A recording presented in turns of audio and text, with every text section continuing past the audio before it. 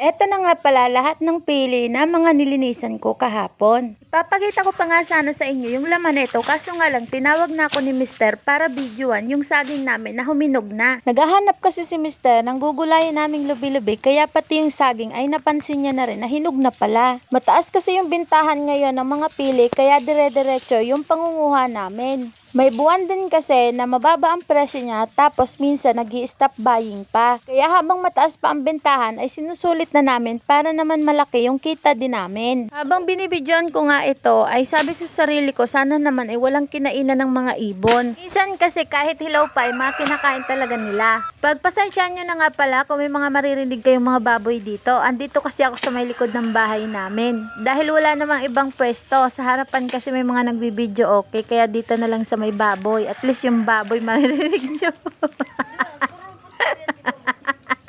Kung doon sa amin nga ay maririnig nyo ay puro tilaok ng manok, dito naman maririnig nyo ay puro baboy naman.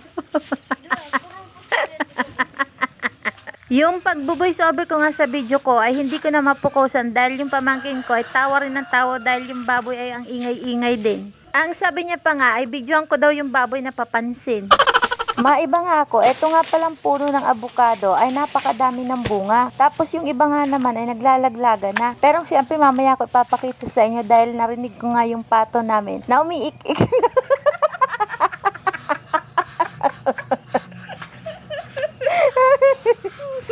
Gandang-ganda nga ako dito sa video ko na to. Kaso nga lang hindi ako makapag-voice over ng maayos dahil nandito nga ako sa bahay namin. Kapag andito nga kasi ako sa bahay namin ay lagi ako nakabungis-ngis. Kapag nandito nga ako sa amin ay wala akong maisip ng maayos at puro kalokohan nga lang. Tapos yung mga pamangkin ko at yung kapatid ko ay ganun nga rin, kaya naman swak na swak talaga kaming lahat. Huwag nyo na nga lang pansinin etong mga daon at basura na nakakalat dito sa paligid namin. Hindi pa kasi ako nakakapagwalis dahil tinatamad pa ako. Bukod nga pala doon sa mga pato o bibi ay meron din kaming mga manok na mga bagong pisa din. Tuwang-tuwa nga ako dahil marami na naman kaming mga alaga. Ibig sabihin kasi nun ay marami din tayong lulutuin. Kaya abang-abang na lang kayo dahil marami akong recipe na nakahanda para dito. Pero syempre maghihintay pa tayo ng mga ilang buwan para naman lumaki muna sila. At tinanggal ko na nga yung pintuan para naman makita nyo ng mabuti kung gaano nga kagaganda yung mga sisiw namin dito.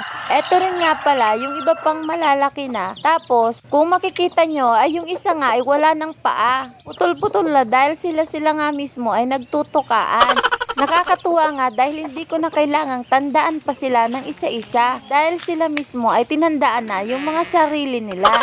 May putol yung tuka, may putol yung mga paa, may wala ng balahibo ang bumbuna, tapos yung pinakamalupit ay wala ng buntot. Kung alin yung pinakamasarap ay yun pa yung nawawala. Ay naku naman talaga, marasa pa. Pupuntahan ko nga pala yung tatay ng mga bibi namin dahil ko-congratulate ko nga pala siya. Dahil sa wakas ay tatay na siya. Congratulations! Tatay ka na! Yun lang, bye-bye!